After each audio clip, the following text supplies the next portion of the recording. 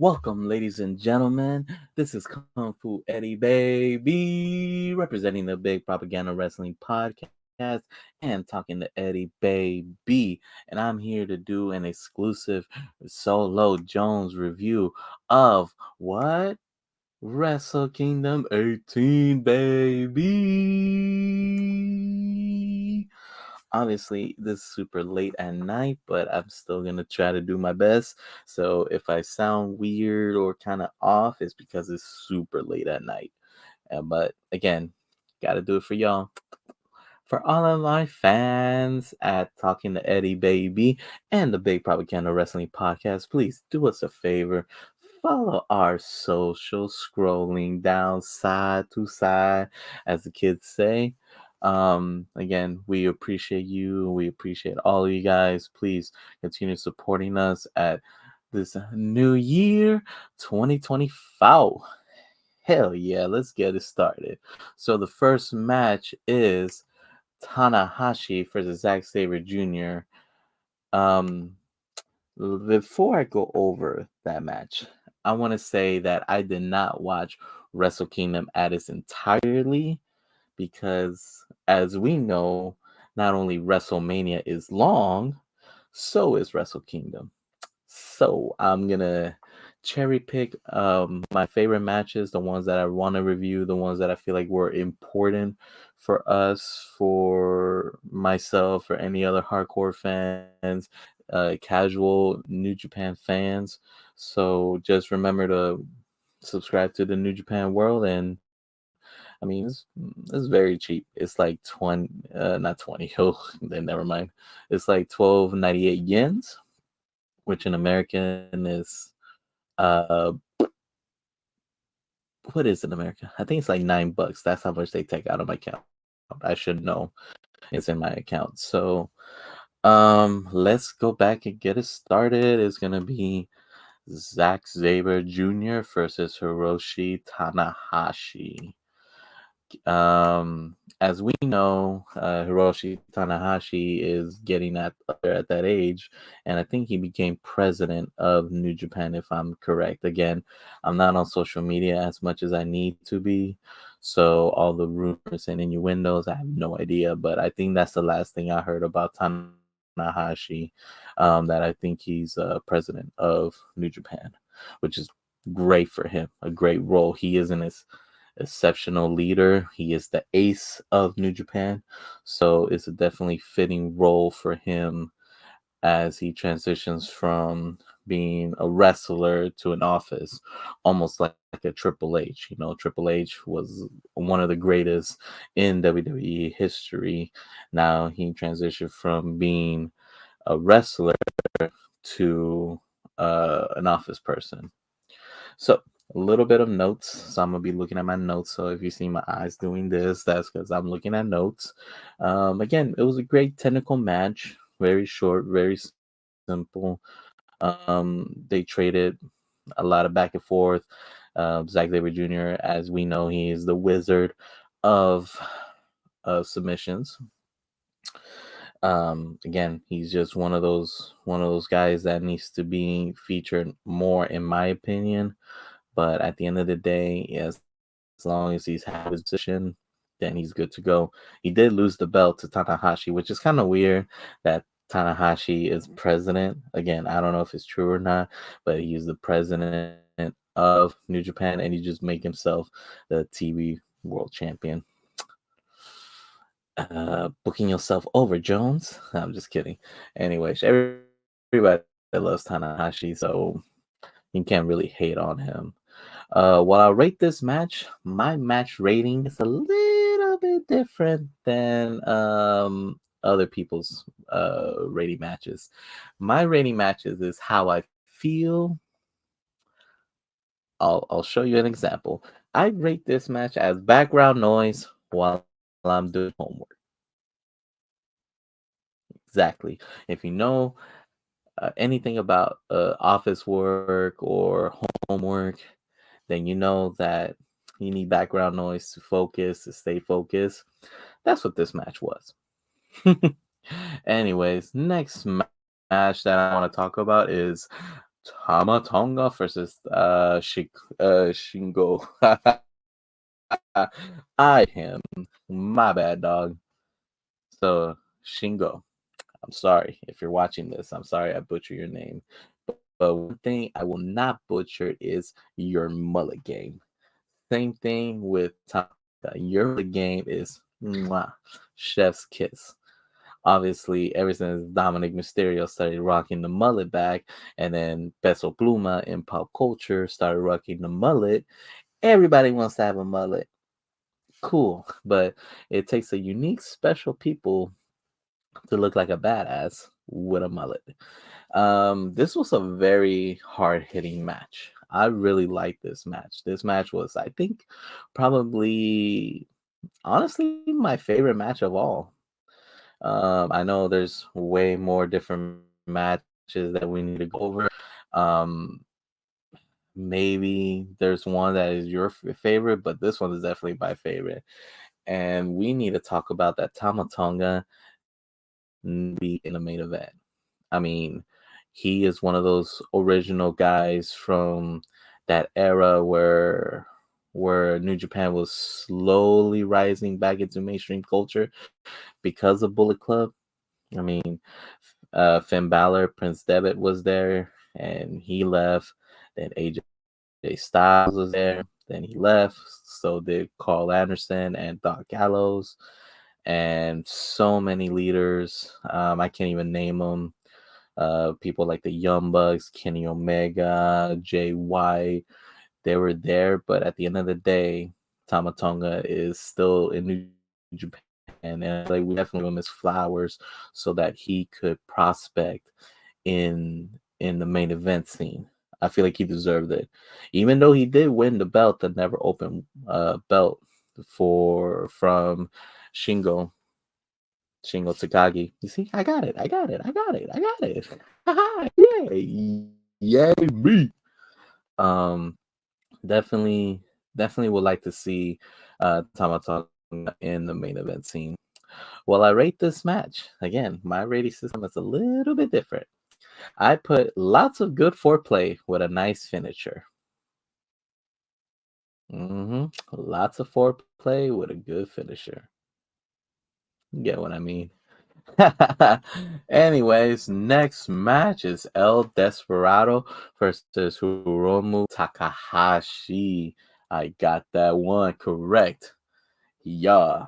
So, at this moment, before I go over this match, I was watching the first two matches, the Tanahashi versus Zack Sabre Jr. and Tamatonga versus Shingo Takagi. Got it again.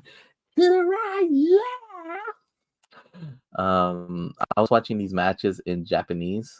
Failed to realize that I could switch it now from Japanese to English very easily, just like if you're trying to change the audio in any other streaming services. Just go in the corner and then click on audio and then just click Japanese to English. And that's what I did. Can we talk about how this match, I think the rest of the matches, I'll get over it. Basically had the drippiest entrance gears. El Desperado's mask is always fire. This he has one of the coolest masks that I wish I could own.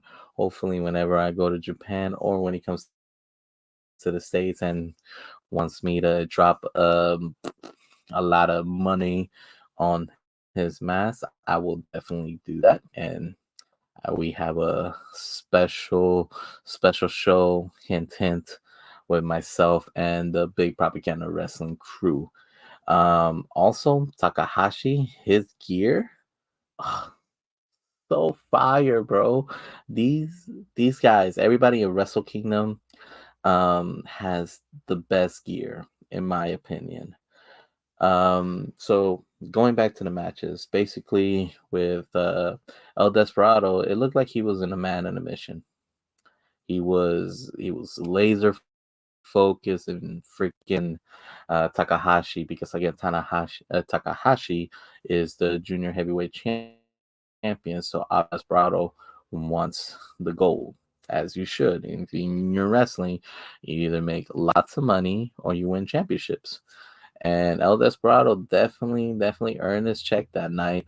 Um, Definitely put the junior division feels like a heavyweight matches because these guys were hitting themselves hard and they were doing a lot of submissions, especially El Desperado with the freaking leg over the head, the one that Brock Lesnar used to do back in '02 and '03. Like, I still don't understand how putting a leg over your head and squeezing it will hurt your leg. I mean, I got to feel it or somebody got to show me or whatever. But it was pretty cool. Um, Last thing I want to add is, again, I'm watching New Japan sometimes in Japanese if they don't have it in English, and since I put it in English, can we talk about that El Desperado's finisher is Pinche Loco? That's awesome. I love it. I love the name of it. So awesome finisher. The match was pretty good. I really like it. Um, Again, not my favorite because definitely Tamatonga versus Shigo Takagi. Get it again. Um, Basically was my favorite match, but this was a very good match. Again, match rating when you overeat, but you still feel like you could have your third plate. That's my match rating for El Desperado and Hiromu Takahashi. Now, I think the next couple of matches, I think this is where everybody, prefers, which is cool. Again, to each his own. Now we're about to hit most of the mainstream matches, especially the American side. We have John Moxley versus David Finley, Will Ospreay. Whew, this was a lot. I have a lot of copious notes as the boy Taz. I mean, why am I calling him a boy? He's a grown ass man, like Taz says it. Like a lot of copious notes. One thing I learned about this match is for a new belt. Cool. New Japan and AEW keep pumping these belts like it's no tomorrow, man. So let's talk about how there's too many belts in wrestling, but the belt design is pretty cool. I mean, anything leather white is very good, especially back in the IWGP international, not international, intercontinental championship was all white. Especially that Nakamura era. Oh, that was beautiful. Like, can we not deny it? All right. More notes. Last time I saw David Finley, he was a child. Now, looking at him, he looks like a grown ass man. Which kudos to him. The man hit Puri. That was a joke. So don't come at me, David Finley. There was a joke. It was a joke. I promise you.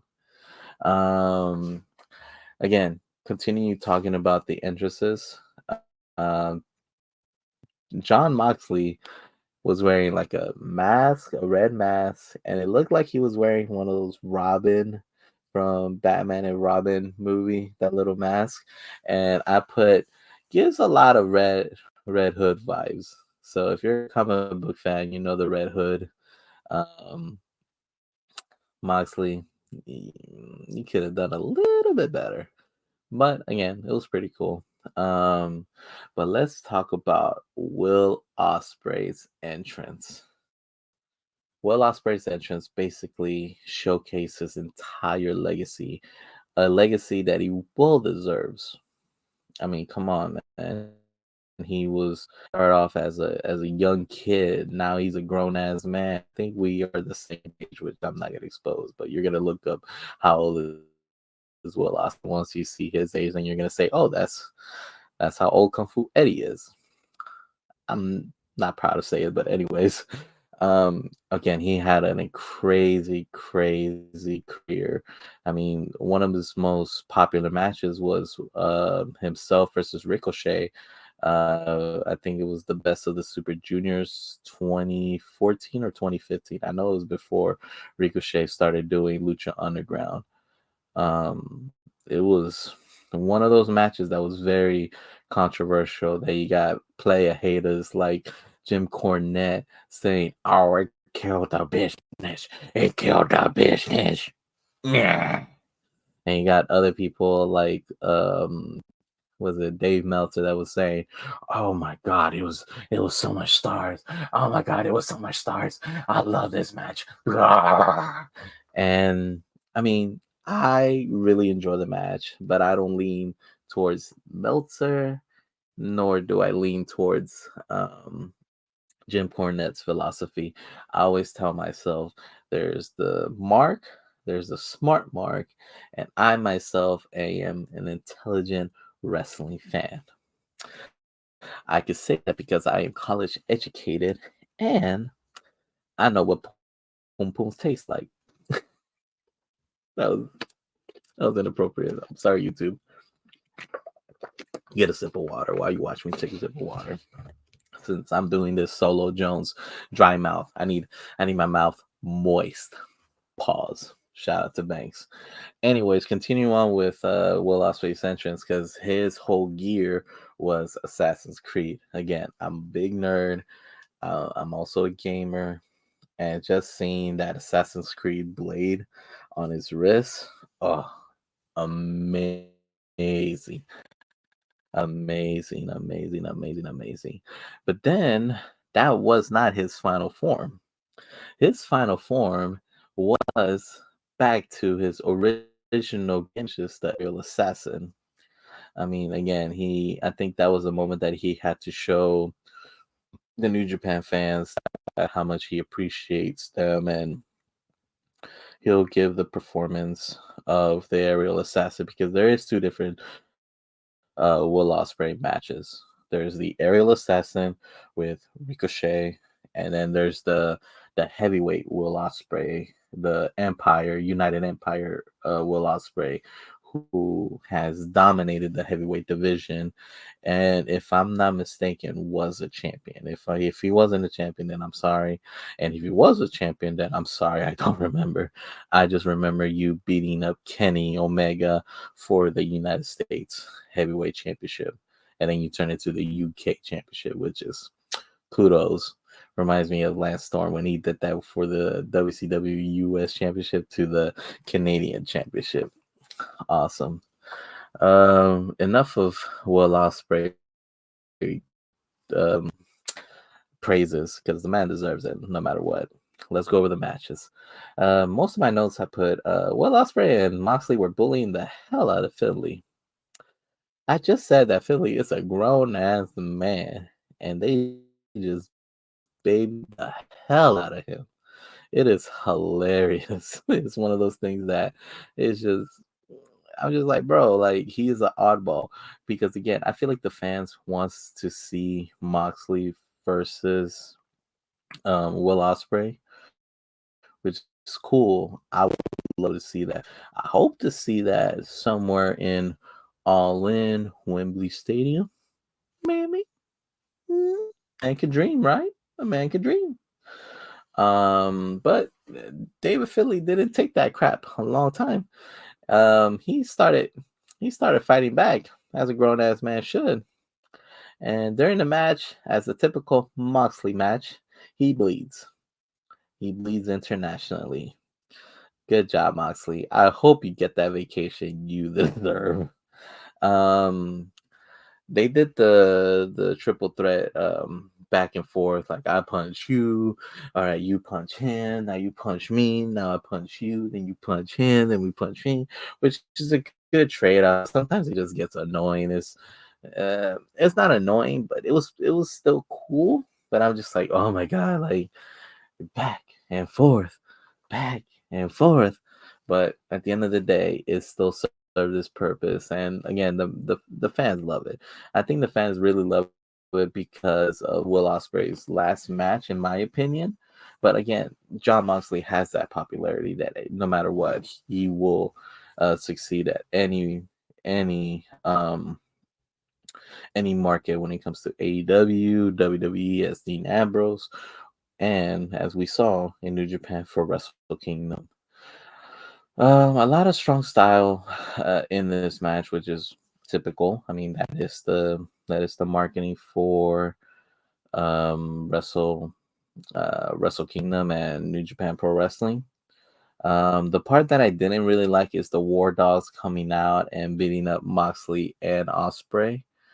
I mean, it served its purpose because again, David Finley is a heel, and he's supposed to be the cowardly heel. And when you're the cowardly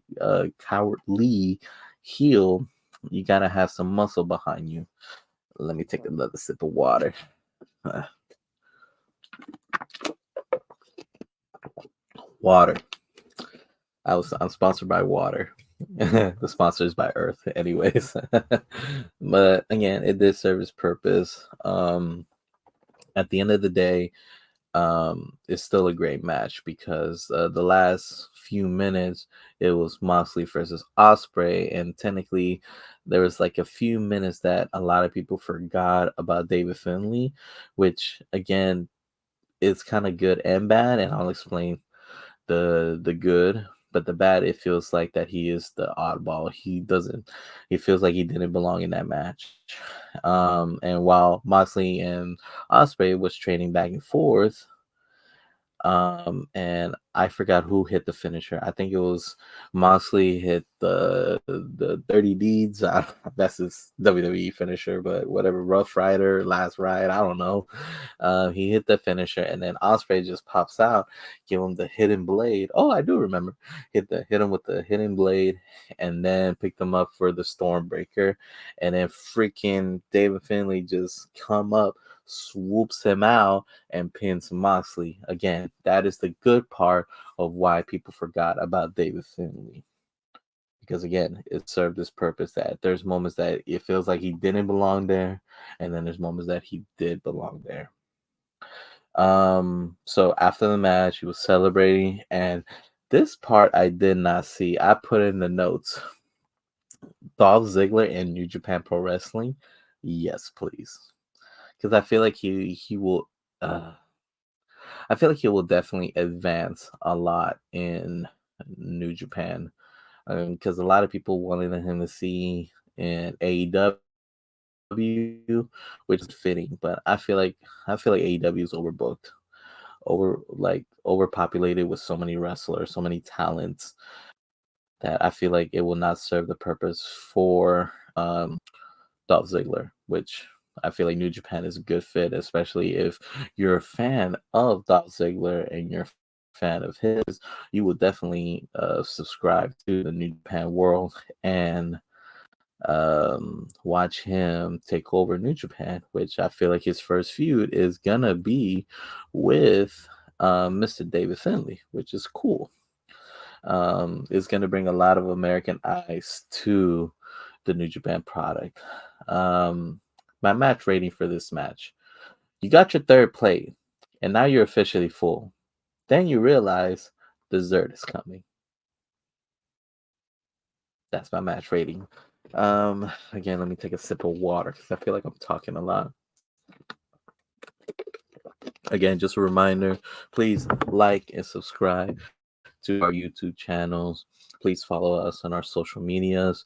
Please do us a favor and continue supporting us.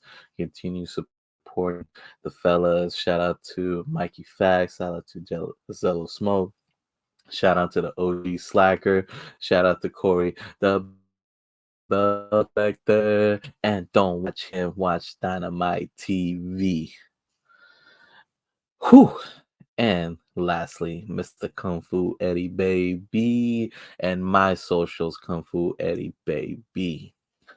Next match. Basically, I think I have only two matches. It is the Mr. Brian Danielson versus Kazuchika Okada. Ooh, I said that slightly clean. So, let's talk about it. Okada, is he going to WWE or is he going to AEW? I will answer that question at the end. But can we just appreciate Okada's ring gear? I mean, the man is full of drip. I mean, every single time he walks, There's like a puddle of drip just right behind him. um, so I'm trying to remember how he presented it. So basically, it was an all white jacket. It was a clean white jacket. And then it was like the UV light or the LED light. I don't know what it's called, but basically, it started from the bottom and it started scanning him from the bottom, and it turned his white gear into the colors that it was designed. It was like a red, slightly green or blue. I don't know. Maybe I'm colorblind, maybe I'm not, but I definitely did see red, and it scanned from the white all the way up to the top, and it showed his entire colors in his gear. What a presentation. That was awesome. Again, Okada is the definition of rainmaker because he does not spare no expenses when it comes to his drip drip. And then Mr. Brian Danielson came in with his regular, little jacket, eye patch looking like a snake from Metal. What is it? Metal Solid Tier? I forget. I'm sorry. I know it's Snake because of Super Smash Bros. So, I'm somewhat a nerd. Anyway, so the Okada Danielson started it off really, really hot. And I put Okada wanted to do his running high spot where he goes to the other side of the outside and he just starts the running the head start. Then he does like a flying to his opponent. And then Daniel said, "Hell nah, I'm about to need the out of you." And that's what Danielson did. And then Danielson just started taking over that match. I put talking smack Danielson is the best. Bad boy Danielson is the nastiest when it comes to submissions and joint manipulation. And that is so true. Mr. Danielson, you are an evil man when it comes to being a bad boy, and I love it, and I'm here for it. A good high spot that they did was Okada hit a pile driver in the hardest part of the ring. Gotta throw that in there, right? The hardest part of the ring. That's where Okada just did the pile driver to Mr. Danielson. And another spot that I really liked. Again, I'm reading all my notes. If you see me with the eye contact, Okada said, just "FI, bro." He took out the eye patch and started stomping them. He's just stomping them, and all I can think about is the Moondog just stomp them in the nuts. What? Stomp them in the nuts. And it's just hilarious how just Okada can be a beautiful baby face, good guy. But don't forget, Mr. Kachuchka Okada is that dude. He is the bad mofo.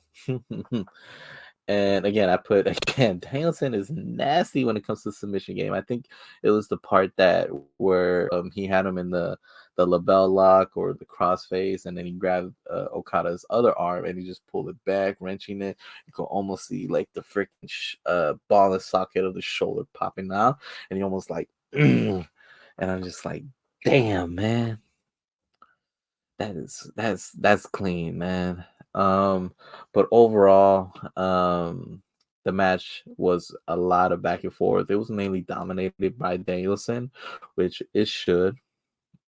Um, I also added that the yes chant is still international. Amazing. Love you, Japan. Hopefully, I visit you one day. Again, it was a great finisher. Okada does his typical 2 to 3 rainmakers, but if I was paying attention, if I do remember, I only think he hit Danielson with only one rainmaker. I feel like the multiple rainmakers belongs in the main event, which he's very notorious on that. Mm. I put great finisher with both competitors showing respect. Again, both guys are awesome. They're amazing, and they both deserve their flowers. Now, let me get a sip of water again because I'm looking at the water. I'm like, oh my god, my mouth is dry. Mm, agua. If you get the joke, please, thank you. Anyways, So I put, where will Okada go? WWE or AEW? My money, it has to be AEW. I see a rubber match between Danielson versus Okada, because the first match between Danielson and Okada was in Forbidden Door last year. I can't even. I can't believe I'm saying last year after 5 days. Um, yeah. So the first match, Danielson won that one, and then this one, the second match was Okada. I could see freaking TK, Mr. Snowman, as my colleagues say. I do see him booking Okada and Danielson for it all in at Wembley Stadium. I mean, come on, it's given. It they I mean, the fans deserve it. We deserve a third match, and this one should be at least, in my opinion, 60 minutes. I know some of you wrestling fans have shortest attention span. So do I. I mean, I'll admit it too. My match mating, my blah blah blah. You see, that's how much I've been talking. Match rating for this match: dessert was super sweet and soft, even after eating 3 plates. That's my match rating for that one. And last but certainly not least, we got Tetsurio Naito versus Sonata. A lot of my friends said that this match was way too long, which is true, but it still served the purpose. It was still a great match, and I'll go over it right now. First note, I put promo package in Japanese. Did not understand anything, but you could understand the story by the video package. My interpretation of the video package, because again, it was in Japanese, but looking at the visuals, looking at the history, this and that, you could tell that Sonata was in the shadow of freaking Naito when Naito was up in the rise, and he grew that jealousy. I mean, who wouldn't grow that jealousy of you knowing your own potential, and you have your boss, not your boss, but someone that's above you, getting all the praises, getting all the glory, and you're the workhorse, as a lot of people don't like themselves to be labeled, which is weird because they should praise you for your worth ethic. I mean, come on, let's be honest, y'all deserve it. Um, and then what else did I put? Naito is the champion. Nah, that's oh okay, my bad. I meant to put Sonata. That makes more sense. Even though Sonata is the champion, he's in the promo package. It felt like he wasn't a true champion because he was in the shadow of Naito. Everybody associates Sonata with Naito. That's why he default away from Los Ingobernables de Japón, and he started his own group, which I think they were called themselves the Five Guys, which I know a certain company will love their gimmick back. Um, Again, so Sonata had a lot of proof in this match. Let's be honest. When you're in the shadow of somebody, you have a lot to prove when it comes to um, proving your greatness. All right, let's start it off. Naito always has the best fit. I mean, he comes in with the suit. I mean, because again, Los Ingobernables de Japón started in again Japan, but Naito went to Mexico with Los Ingobernables, which was La Sombra, aka Andrade. El Idolo. I think that I was gonna call him Andrade Cien Almas, but I think that was his NXT gimmick. I think it's Andrade El Idolo and Rush, and shout out to La Máscara. I don't know where you're at, but hopefully you're doing cool. unless you're canceled, then sorry. I don't know. Anyways, so they the group Los Ingobernables are known to coming in with the suit, with the fit, with the drip, and I guess, like I said, Naito brought it to Japan. He brought everything that Los Ingobernables was doing to to New Japan, and that's where my fan of Los Ingobernables what basically came from, because I love the careless attitude. I love the fact that he didn't care that um going back, that he cared so much what the fans wanted, that the fans started booing him. They didn't care. And then when he went to a bad guy, then he's like, I don't care. Y'all can kiss my butt, y'all can whatever. At the end of the day, it's all about me. And when he started doing that, the fans started loving it. Because again, it goes proven to the fact that everybody loves a bad boy. um, what else? Again, Sonata came in. You could tell that Sonata believes his own words, that he doesn't feel like a true champion. Even though I think the commentators did say that he was the longest reigning champion, which good for him. He deserves it. He deserves all the flowers. He deserves this and that. But I feel like in himself, he doesn't believe it. And that's where the story comes from. That's where I understood from the video package. If I wasn't in the English side of New Japan, of the WrestleKingdom event, I think that's what I would have got with the Japanese commentating. Water. All right.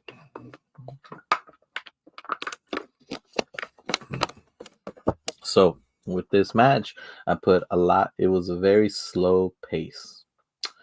There was moments that it riz up. I don't even know if that's a word. It rise up, and then there's moments that it went back down. Then it rise up. Then it went back down. And I feel like that is a good psychology if you really, really understand how to rise the fans up and bring it back down, and rise up and bring it back down. Just like my audio levels that I'm looking up and down, up and down. Um, and I feel like Naito is really good at it, because I put the crowd still loves Naito, because the fans started supporting this match.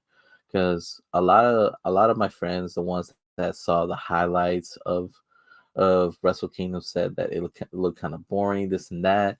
And if I was watching the whole New Japan show, the whole Wrestle Kingdom show, I will probably agree with them. And by the time I get to Naito versus Nada, I will probably be tired and bored. But since, because of the new app of the New Japan World app, it helped me skip a lot of the BS, all of the matches that I didn't really care about, even though it is sad to say, but it's what I like and what I don't like. It is what it is. So I was very interested in this match. I really like this match because um, I always I always say there's four components within the match. There's the first competitor, second competitor, then the referee, and the last one is the fans. If the fans love the match and they support you, and they're hooked on that psychological, that Jedi mind tricks. I don't know what others to say. When they're so into the match, they could easily make a mediocre match into the best match ever. Because I think, I'm trying to remember who said it. If you watch Rock versus Hogan WrestleMania 18 on mute without the fans, without the shouting and screaming and yelling, it's a very boring match. But because of the fans, because of the Toronto fans, it made that match special. It made that match legendary. It's one of those matches that it deserves its flowers. But I guarantee you, like they said, if the match was on mute and you just watch the wrestling, it's a pretty slow, boring match. So going back to the fans are into this match, and again, it was a good sign. So goes to the Japanese fans because a lot of people have said that Japanese fans are like the most confusing to please because they're so respectful and they stay quiet just so that they don't be rude. But once they're sitting down and they go, yay, and they go back down. Then they go, yay, and they go back down. So it's a good thing that Naito and Sonata was able to hook the fans and was able to rise them up and then bring it back down. And it rise them up and then bring it back down. Again, great psychology. I did notice that Naito got busted open at the end whenever he pinned Sonata. And Naito is your new world heavyweight champion, which is good. I feel like Naito is a cool cat. I mean, I love Naito. I hope to meet him again one day because I have met him. Hopefully, you can see the picture in the bag. If not, don't worry about it. Um, I do want to show him my tattoo again. I hopefully maybe get it autographed and then take a picture of it and then get it tatted that night, that day. I mean, or night. It could be night. It could be night or at night. um.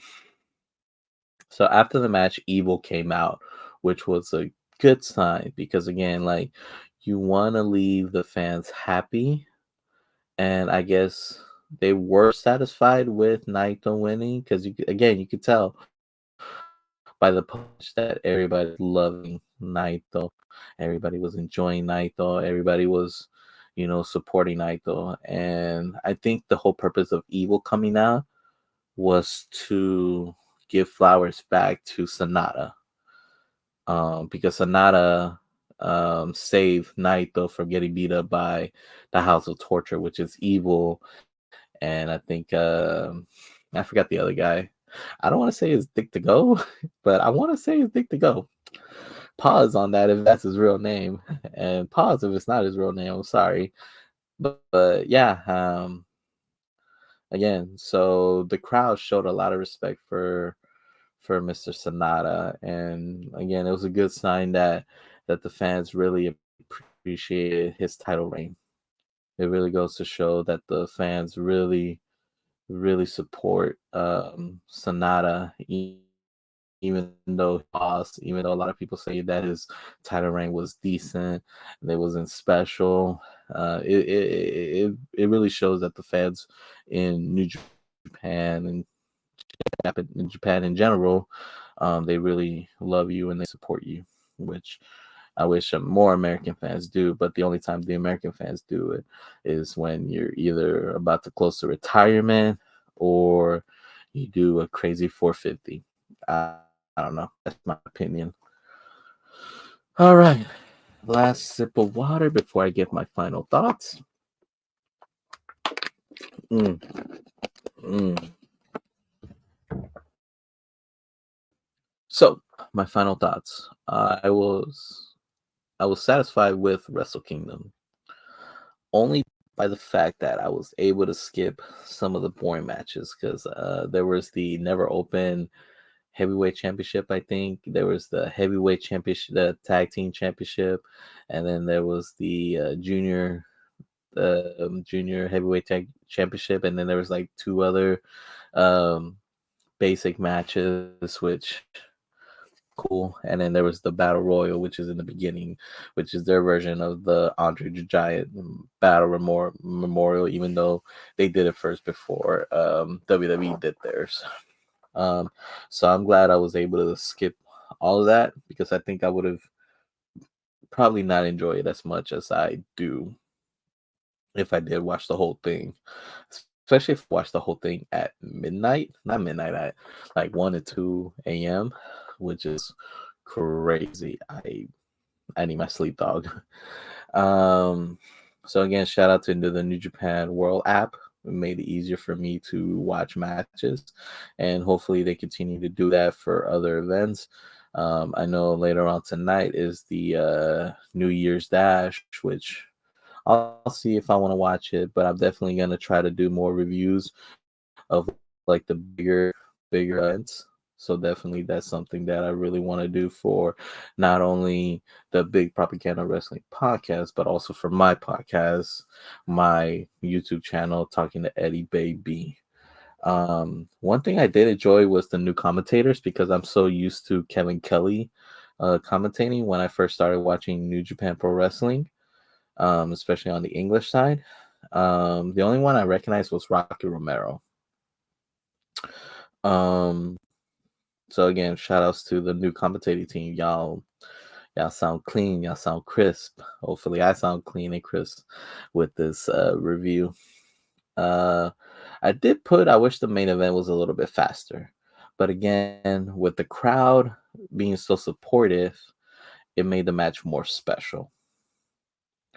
So it's good that the match didn't feel so boring if if the crowd wasn't there, if that makes sense.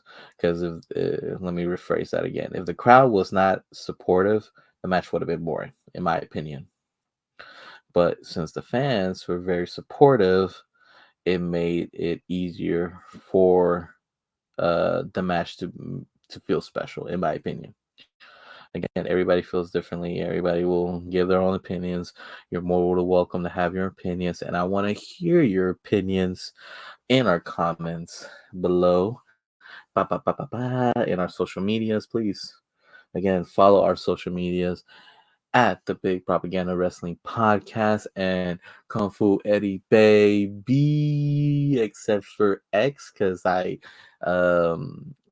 they limit my characters, I guess the words, the letters, so it's only one E on baby.